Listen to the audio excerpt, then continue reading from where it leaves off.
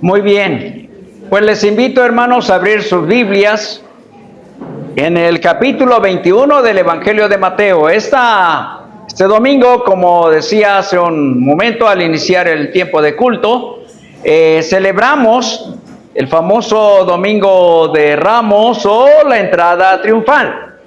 Este es un evento para la iglesia de gran relevancia y, ¿verdad?, trae a nuestra mente y a nuestro corazón decimos, razón especial para ser felices, para ser muy agradecidos, como cantábamos, para poder disfrutar de una realidad.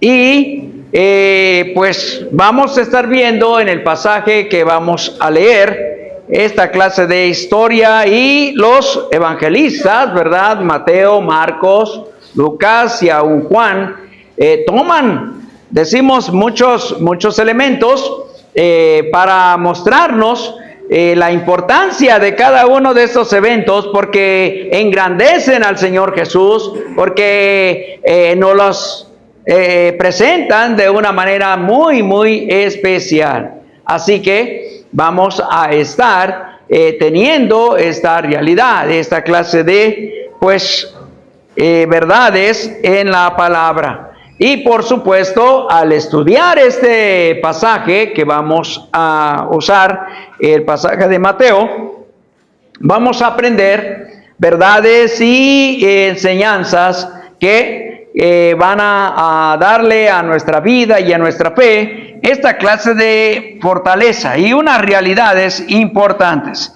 Así que vamos a leer nuestro pasaje comenzando en el verso 1 hasta el verso 17. Versículo 1 al 17. Ahora no se olvide el mensaje que tuvimos allá en Ezequiel. Ezequiel, ¿verdad?, tiene una visión de Dios unos capítulos antes. Ese sería el último capítulo en esa experiencia, y había muchas preguntas. Él está ministrando allá en Caldea, en Mesopotamia, ¿verdad? Y se nos dice que él estaba enseñándole a la gente, a los cautivos de Israel, y ellos tenían varias preguntas, ¿verdad? ¿Por qué Dios permitió que nosotros llegáramos a ser cautivos, estuviéramos fuera de nuestro pueblo, fuera de nuestro territorio, ¿verdad? ¿Por qué ahora estamos en una tierra ajena? ¿Por qué estamos en un país ajeno? Y ellos tenían toda clase de preguntas. Bueno, Dios toma a Ezequiel, dice, y en una experiencia de visión especial, el Espíritu lo lleva hasta Jerusalén para que él entienda, para que él sepa cuál fue la razón. Y entonces, aquí tenemos nosotros una experiencia muy parecida. ¿Ok? Si ustedes leyeron la última parte, después de toda esa clase de mensaje tan precioso, ¿verdad?, que dice que Dios, aunque yo los esparcí en muchos lugares, los voy a congregar y, ¿verdad?, yo voy a cambiar su corazón y les voy a dar un corazón, que sea un corazón sensible, un corazón donde mi palabra va a ser guardada, va a ser amada, va a ser obedecida, y habla de esa naturaleza del nuevo pacto. Hablamos el domingo pasado ¿verdad?, del corazón limpio, y cómo Dios hace referencia a esa condición del corazón del hombre. El corazón del hombre, dice, está echado a perder, ese no va a funcionar. Entonces Dios dice, voy ¿verdad?, a darte un corazón nuevo, y vamos a cambiarte ese corazón. Y entonces, esta es la situación que se ve ahí, y termina la visión diciendo que la gloria de Jehová, ¿qué pasó? Salió del templo, salió de la ciudad y se fue a una montaña, ¿verdad? Y de ahí desapareció.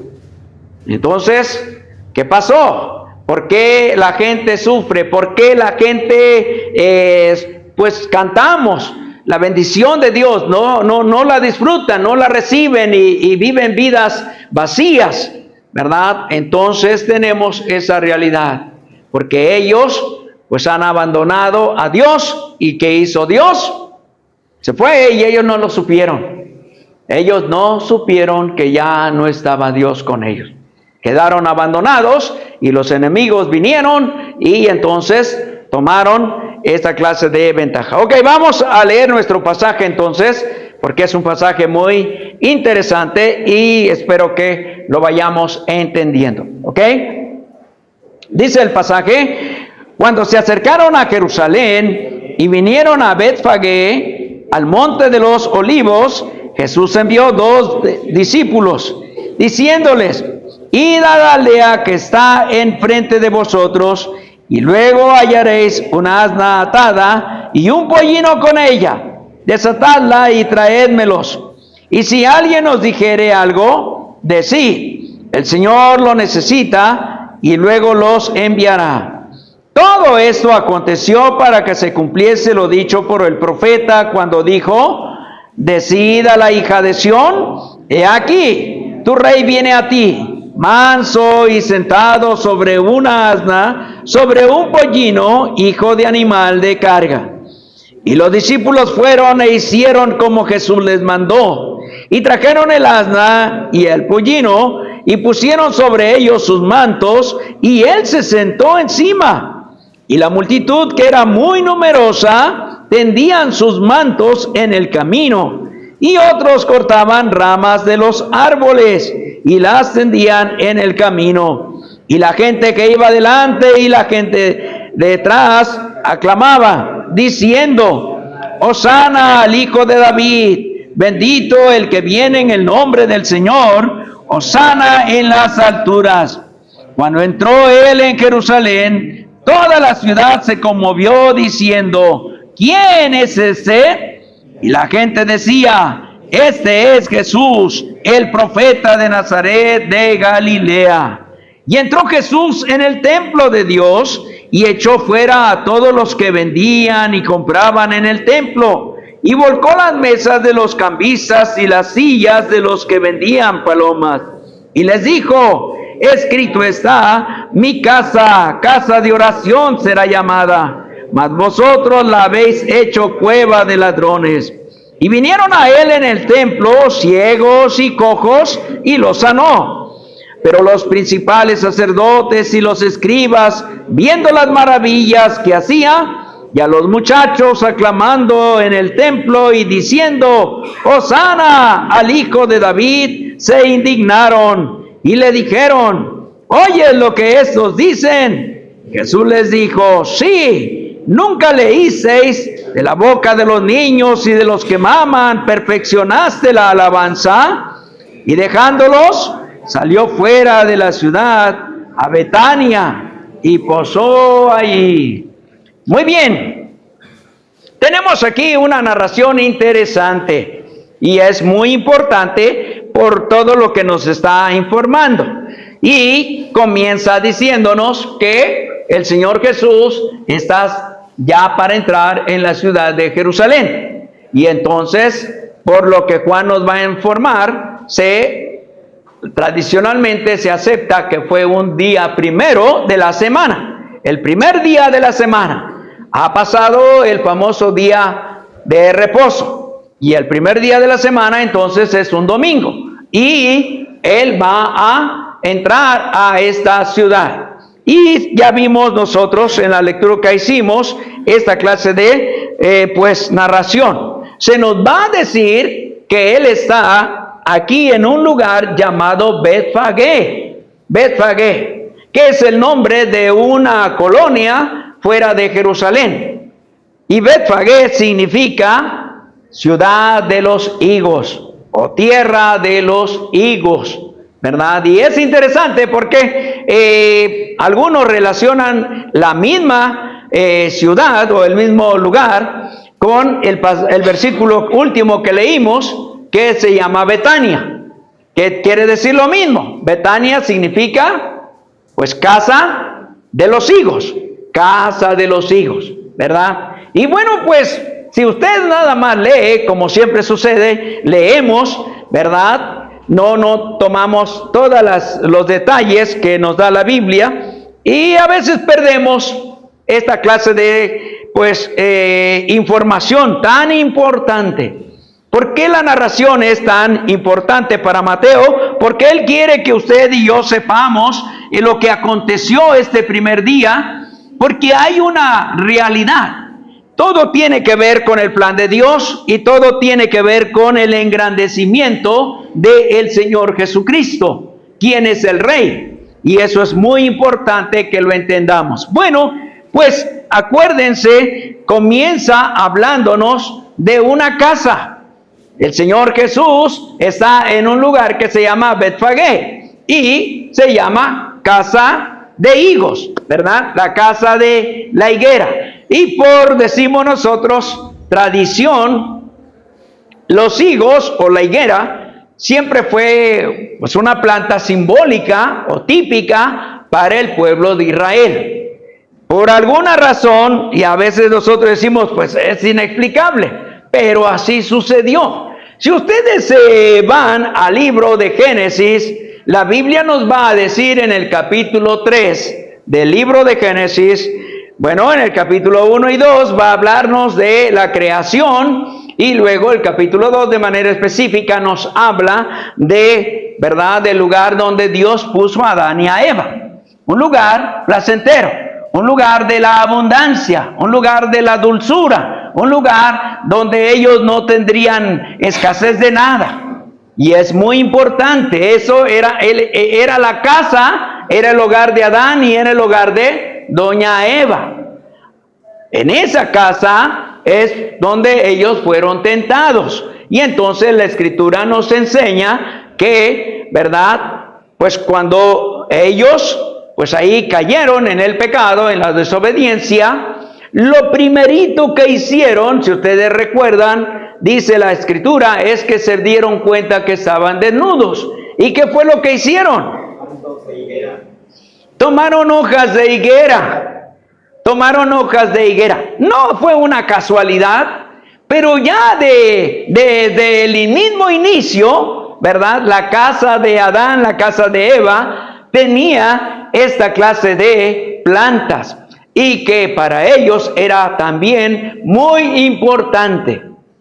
Entonces, no se les olvide, ellos van a cubrirse. Sin embargo, ¿verdad?, no funcionaba muy bien ese tipo de, pues decimos, ayuda que buscaron ellos para su desnudez y trataron de arreglar su problema. Así que recuerden bien, tenemos nosotros esta clase de asuntos. No se le olvide, la casa, ¿verdad? Tenemos una casa, la casa de Dios. ¿Qué pasó con la casa de Dios? ¿Qué pasó con Adán y qué pasó con Eva? Esa casa, ¿verdad?, fue, decimos, mal usada. En lugar de honrar a Dios, en lugar de ser una casa donde se disfrutara del compañerismo y la buena comunión, pues esa casa pues no funcionó. Adán y Eva sufrieron la caída en esa casa y tuvieron que ser expulsados de esa casa. Así que viene el Señor y, ¿verdad?, tenemos que lo más importante de Betfagé pues es un burrito y su mamá, ¿verdad? Y ya tenemos nosotros la historia que en este primer, pues decimos, concepto que nos enseña el hermano Mateo, está enfatizando ese tipo de cumplimiento que Dios ciertamente le dio a Adán y a Eva, esa clase de realidad. Vendría un día alguien que sería un rey, y sería un rey diferente al rey Adán, a la reina Eva. Ellos eran la autoridad que Dios puso en esa casa, en ese huerto, y que ellos fracasaron. Ellos fracasaron con la autoridad que Dios les dio. Eva, Adán, eran los representantes de Dios. Dios les dio esa capacidad para que inteligentemente y humildemente ellos vivieran en todos los recursos que Dios les dio. Y por un tiempo lo hicieron, pero cuando ellos, de manera presumida, de manera jactanciosa, ellos pues abandonaron el consejo de Dios, prestaron atención al consejo de Satanás, sufrieron las consecuencias. Así que el lugar es importante. Y el cumplimiento de la profecía enfatiza que de eso se trata este pasaje. Puros cumplimientos de la Escritura. Eso habla de la fidelidad de Dios a su palabra. Y ciertamente quiero que entiendan, como lo decía el hermano Chel, que el problema con el hombre es que pues llega el momento en que cree que ya puede alejarse de la palabra de Dios, que ya puede él, pues utilizar otros medios, otras fuentes de información, que la palabra de Dios en realidad puede ser cambiada, puede ser considerada obsoleta, y que esos consejos, ese tipo de principios no son necesarios. Y cuando eso sucede, entonces comienza uno a experimentar esta clase de consecuencias. Vendrán las tentaciones y no estarás preparado, no estarás respaldado por el consejo de Dios para aguantar y pues superar la tentación, sino que tendrás tú el problema de ser cautivo, de ser pues dominado por la tentación, por los deseos, y sufrirás las consecuencias. Así pues, no te olvides, se nos está hablando de una casa, y entonces el Señor va a venir a la casa. Y este es el segundo asunto que se nos enseña, pero no te olvides, aquí tenemos a este rey, ¿verdad? ¿Cómo fue el rey Adán? ¿Cómo fue la reina Eva? Bueno, pues ya sabemos que al pues escuchar el consejo de Satanás, ¿verdad?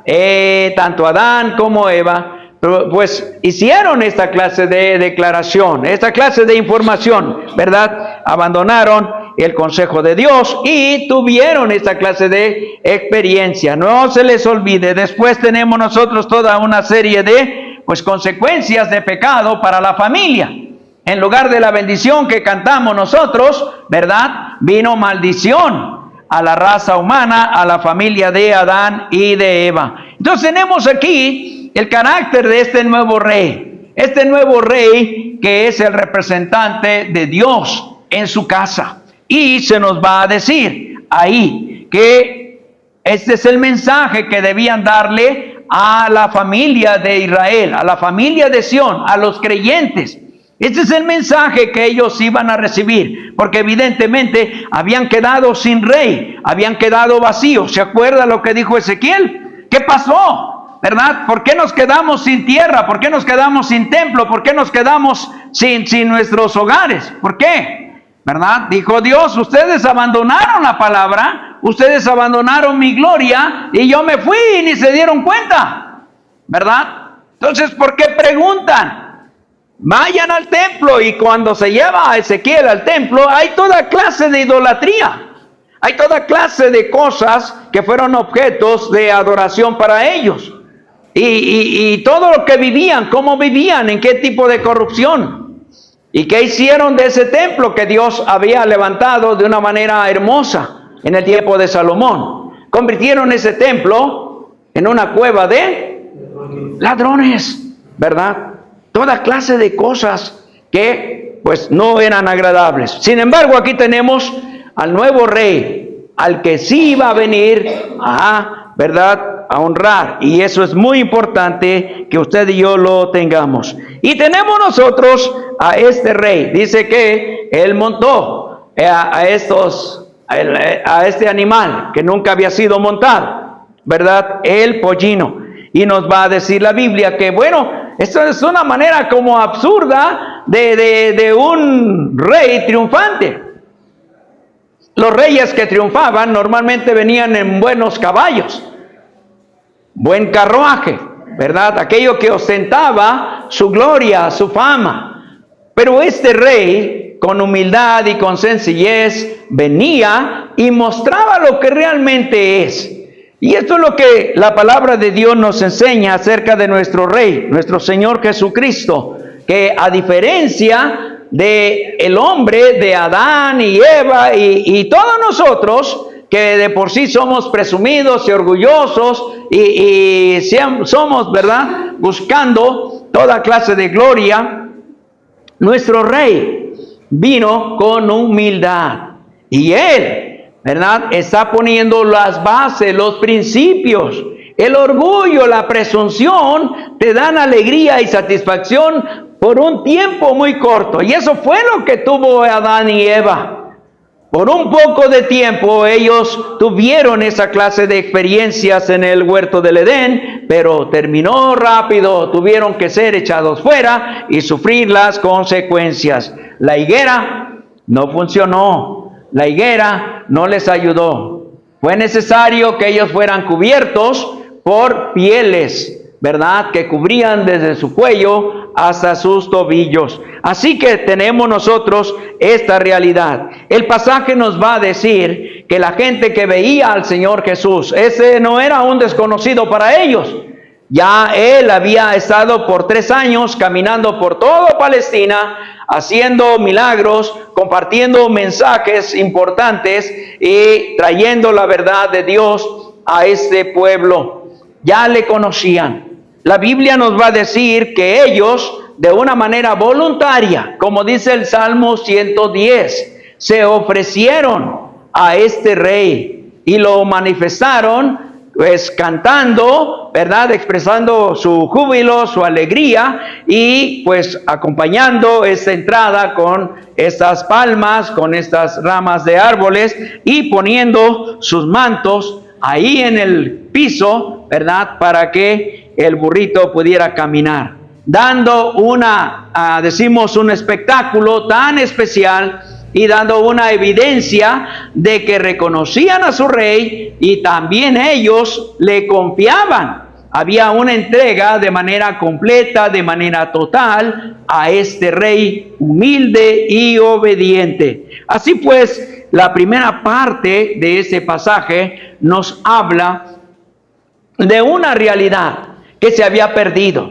de una realidad que ahora estaba por iniciar para pues disfrutarse, y era con la presencia del Señor Jesús, nuestro Rey, como dice, con humildad y mansedumbre. El pasaje que se encuentra en Zacarías, en el capítulo 9, describe esta realidad.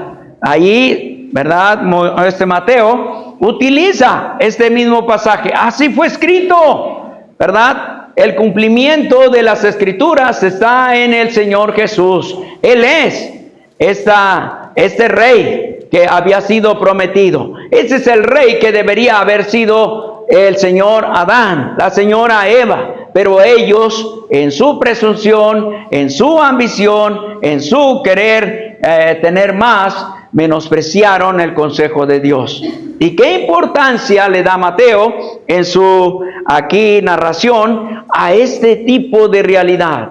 Si tú no obedeces la palabra de Dios, si tú no sigues los principios de Dios, ciertamente podrás tener muchas cosas, pero tu corazón estará vacío y tarde o temprano los enemigos, ¿verdad?, tomarán el control de tu vida y tú sufrirás las consecuencias. Y te preguntarás: Señor, ¿por qué? Señor, ¿por qué pasa esto en mi vida? ¿Por qué pasa esto con mi familia? ¿Por qué pasa esto con mis hijos? ¿Verdad? Y Dios te va a contestar: pues me dejaste mi familia. ¿Y cómo podías tú enfrentar a tus enemigos? ¿Con qué poder ibas a enfrentar el poder de aquellos que venían en contra de ti? No pudiste, y por eso tu casa fue hecha desierta. Bien, ahora vamos con la siguiente verdad. Otra vez, cumplimiento de la palabra. Y se nos enseña aquí, desde el verso 12 hasta el versículo 17, decimos nosotros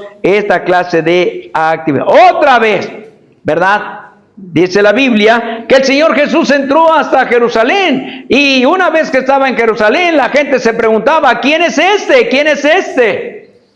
Y la gente que venía acompañándole decían: Él es Jesús de Nazaret, Él es el profeta. Y Dios había hablado de que levantaría a un profeta, a alguien que sería su mensajero. Y esto es muy importante. A veces nosotros como que nos desconectamos y pensamos que un profeta pues era un revolucionario, y ciertamente lo era, ¿verdad? Pero un profeta era un mensajero, y Dios a través de Moisés había anunciado: yo voy a levantar a un profeta. En el Evangelio de Juan le preguntaron a Juan el Bautista: ¿eres tú el profeta que estamos esperando, que va a venir? ¿Verdad? Y él dijo: no, yo no soy, pero está aquí, ¿verdad? Está aquí, está entre nosotros. Tienen que prestarle atención, tienen que escucharlo.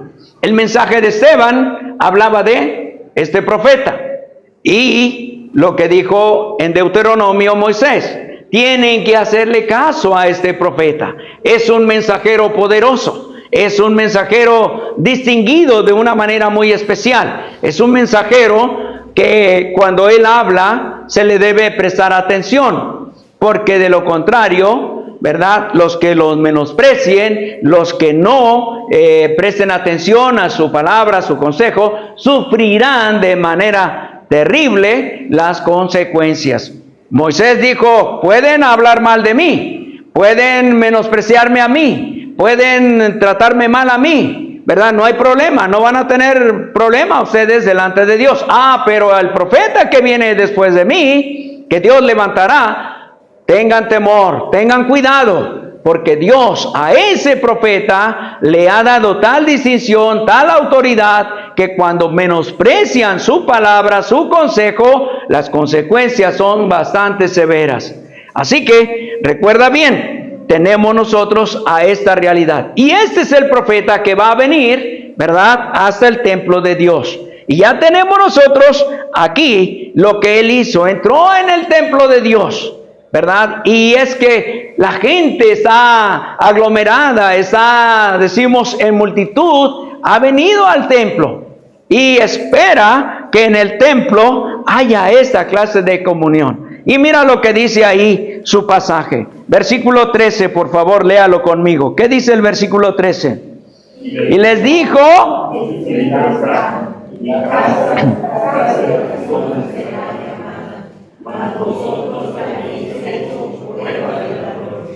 muy bien. Y entonces otra vez viene el Señor al templo y, ¿verdad?, ya sabemos lo que hizo. Dice que echó fuera a los que estaban ahí vendiendo animales para sacrificio, haciendo un buen comercio. Eran celebraciones muy especiales, y la gente venía, y por supuesto los que venían de una distancia bastante considerable, pues venían y tenían, ¿verdad?, aquí la facilidad de encontrar sus animales para sacrificio y así cumplir con los rituales del templo. Bueno, tenemos aquí al Señor Jesús hablando de, decimos, la utilidad de la casa de Dios. Otra vez, otra casa.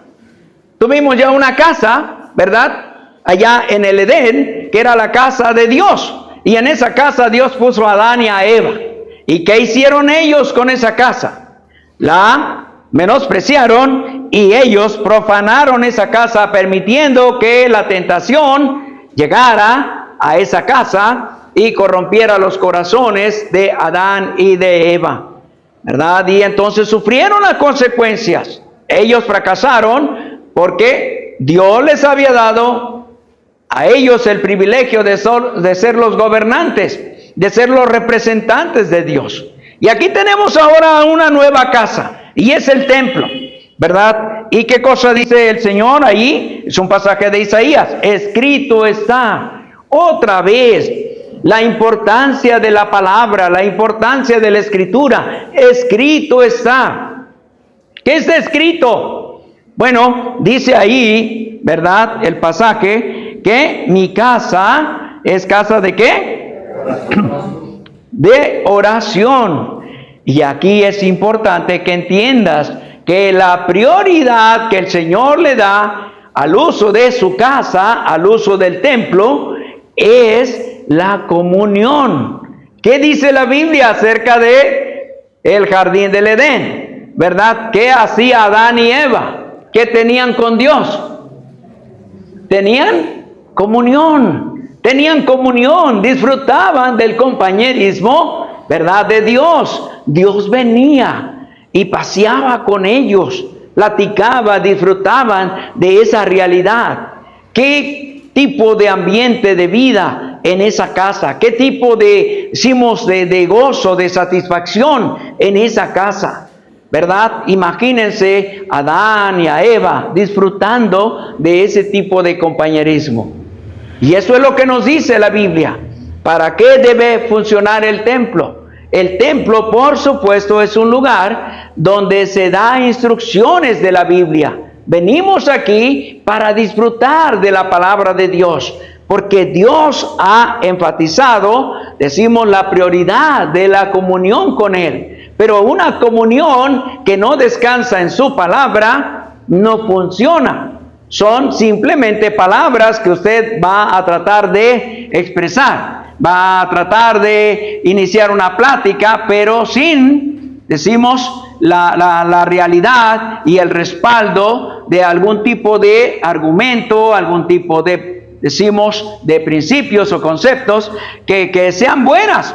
Porque no sabe, a veces hablamos con personas desconocidas y no podemos platicar con ellos pues realidades que vivimos, hasta que comienza a haber una verdadera amistad, una verdadera relación personal. Así que tenemos aquí al Señor Jesús nuevamente enfatizando la Escritura. Escrito está, escrito está. Y luego habla del buen uso que se le debe dar a la casa de Dios, que es una casa de comunión, es una casa de oración, es una casa donde usted viene para disfrutar y deleitarse con Dios, su presencia. Y eso fue lo que sucedió allá en el libro de Ezequiel, que la gloria de Dios pues fue menospreciada y la gente comenzó a adorar ídolos de toda clase, de todo tipo de materiales, ¿verdad? Todo conforme a lo que ellos creían más conveniente. Y entonces Dios se alejó y las consecuencias vinieron. Ninguno de esos ídolos sirvió cuando vinieron las amenazas de los enemigos, cuando entraron para destruir el templo, para tirar los muros de Jerusalén y para llevarse cautivos, ¿verdad?, a las personas. Así que no te olvides, aquí tenemos a una casa. ¿Cuál es la prioridad? Ya mencionamos la palabra de Dios. La prioridad es la comunión con Dios. Pero ¿qué sucede con el hombre? Otra vez, los religiosos habían convertido la casa de Dios en una cueva de ladrones, ¿verdad? Recuerde bien, dos cosas vamos a estar entendiendo, ¿verdad? O eres tú un representante de Dios cuya casa es el lugar a donde tú y Dios tienen su buena comunión, su buena comunicación. Y si tú en tu casa tienes esa realidad, por supuesto, fuera de tu casa llevarás esa realidad también. Donde vayas, ya sea en el trabajo, ya sea en tus viajes, ya sea en cualquier parte donde tú andes, tú vas a poder experimentar esa realidad de comunión con Dios. Y ciertamente, eso es lo que se nos enseña en el Salmo 127 y Salmo 128, hablando de la importancia de tener a Dios en nuestra casa. ¿Se acuerdan ustedes que cuando los ángeles vinieron, pasaron tiempo con Abraham? Él les dijo, vengan a mi casa, por favor, lávense las manos, laven sus pies y espérense porque vamos a tener una buena comida. Y Dios y los ángeles, dice la Escritura, que ahí se quedaron y disfrutaron ese tiempo con Abraham y los ángeles. Pero ¿qué sucedió con Lot? Cuando los ángeles llegaron a Sodoma y Gomorra, Lot dijo, vengan por favor, señores, vengan a mi casa, ¿verdad? ¿Qué dijeron ellos? No, aquí en la calle está más seguro, ¿verdad? Aquí en la calle estamos mejor. Oiga, qué terrible. Una realidad, pero tremenda, espantosa. ¿Cómo se sentían? ¿Verdad? La casa de Lot. Era una casa donde había buena relación, buena comunión. Era una casa donde había amor, donde había respeto. Era una casa donde Dios está gobernando. Es muy importante que entiendas, cantamos, ¿verdad? El canto de la familia que enfatiza mucho esta realidad. Nosotros necesitamos que nuestra casa se convierta en esa clase de lugar donde se honra a Dios, donde se adora a Dios, donde se toma la prioridad de las Escrituras, donde se memoriza, como dijo el Señor allá en Deuteronomio. Las palabras que yo te digo deben estar en tu corazón y las vas a repetir. ¿A quiénes? A tus hijos, en la mañana, en la tarde, cuando salgas, cuando estés en el camino, cuando regreses, las vas a tener, ¿verdad? Con tanta prioridad que vas a escribirla en los postes de tu casa. Y eso es muy importante, la prioridad de la palabra. Y eso es algo que no debe faltar.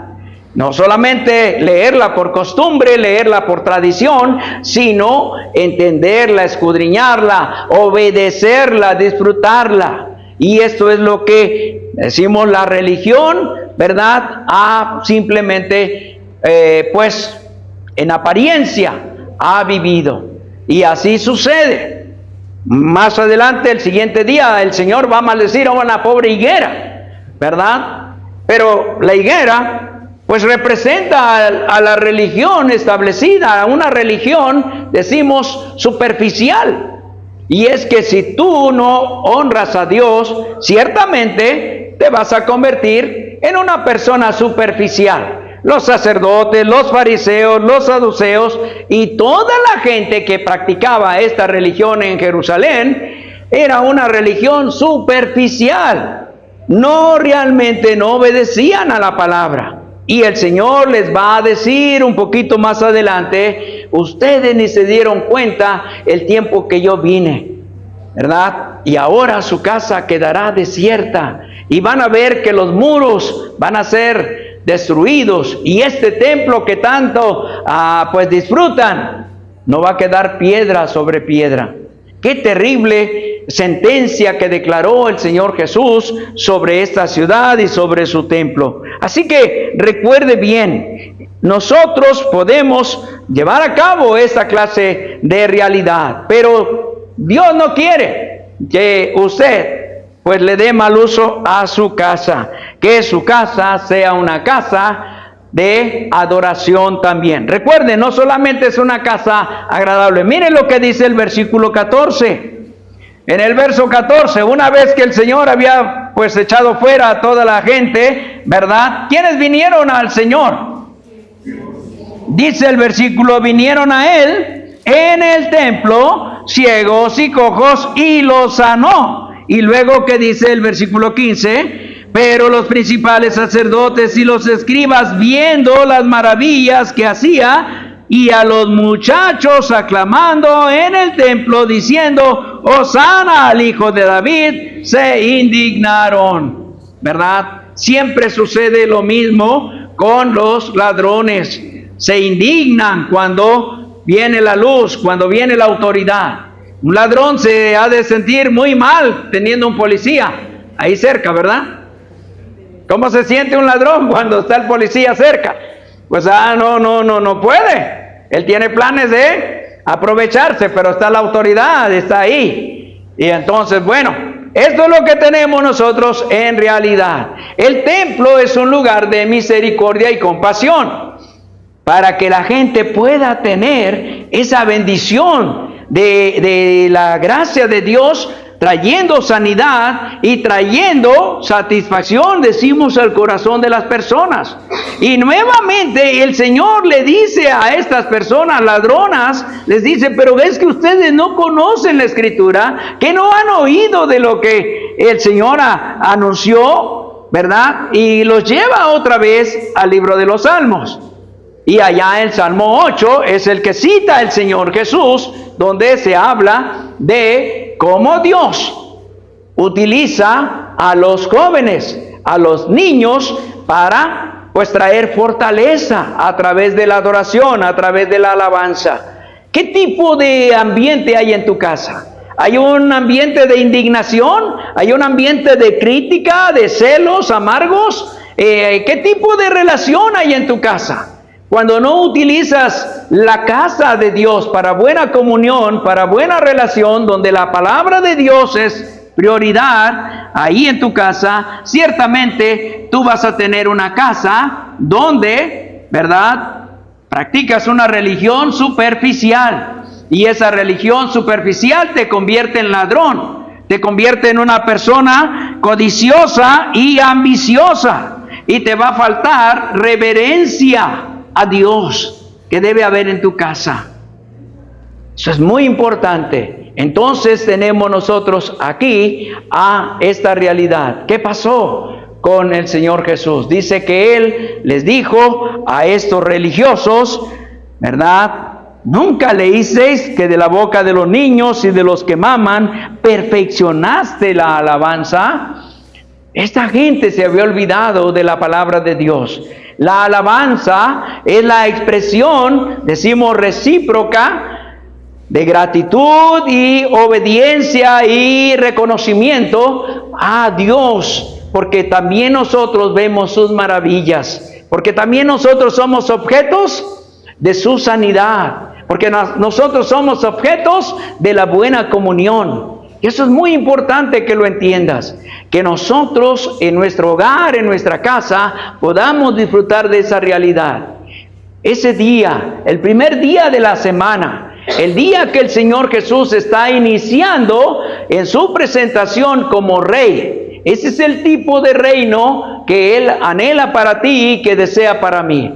Para eso vino Cristo, para que usted tenga una casa donde disfrutar, una casa donde descansar, una casa donde no haya vergüenza, una casa donde usted no sea cubierto en partes pequeñas de su cuerpo nada más, sino que Dios en su gracia cubra con su misericordia, con su compasión de justicia, todo su cuerpo, todo su ser, para que usted pueda gozar de su presencia. Que el hogar que tiene sea esa clase de experiencia de el Edén, de ese paraíso, de ese lugar donde Dios un día puso a Adán y puso a Eva. Para eso vino Cristo, y Él viene para limpiar su casa. Deje que Él limpie su casa. Dele permiso, Señor. ¿Qué otro canasto de basura vamos a sacar? ¿Verdad? ¿Qué otra silla que ya no sirve vamos a poner afuera? ¿Qué otra clase de cosas, verdad? Porque luego somos muy buenos para andar ahí, ¿verdad? Guardando. Ay, no, este machete viejo aquí lo voy a guardar, ¿verdad? Ay, no, esta cubeta ya que está rota aquí, ya no tiene ni dónde agarrarle, ¿verdad? Ah, pero ahí lo dejamos. ¡Qué barbaridad! Y se va amontonando, ¿verdad? Luego me dice mi esposa, mira qué bonito mueble y todo, ¿y dónde lo vamos a poner? Bueno, ¿verdad? Vamos a comenzar a sacar para que haya espacio para meter. Pero eso es algo terrible en nosotros. Pero permita al Rey, permita al Señor Jesucristo que con su autoridad, que con su gracia, con su sabiduría, con su amor, venga y haga de su casa una casa de descanso. Haga de su casa una casa buena. Ahora, ¿cómo terminó el versículo? El último versículo 17 que tenemos en este pasaje, ¿qué dice?